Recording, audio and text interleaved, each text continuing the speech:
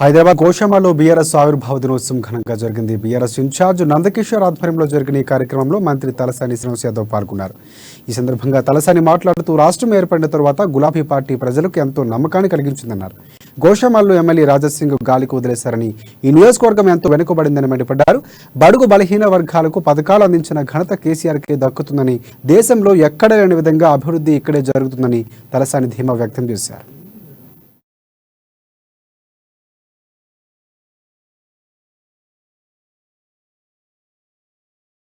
ఒకప్పుడు కాంగ్రెస్ పార్టీ గోషామాయిల్లో ఉండే, బట్ ఇప్పుడు ఆ గోషామాయిల్లో కాంగ్రెస్ పార్టీ జెండా పట్టుకునేటోడు కూడా కనిపిస్తలేడు.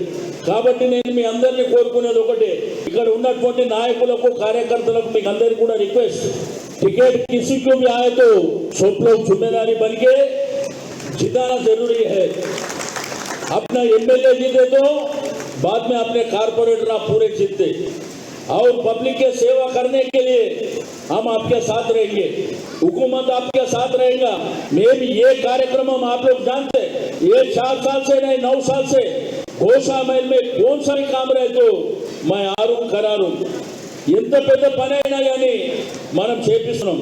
గెలిచిన వాళ్ళంతా గాలి మాటలు సోషల్ మీడియాలలో లేకపోతే టీవీలలో పెద్ద పెద్ద మాటలు మాట్లాడడమే తప్ప కभी भी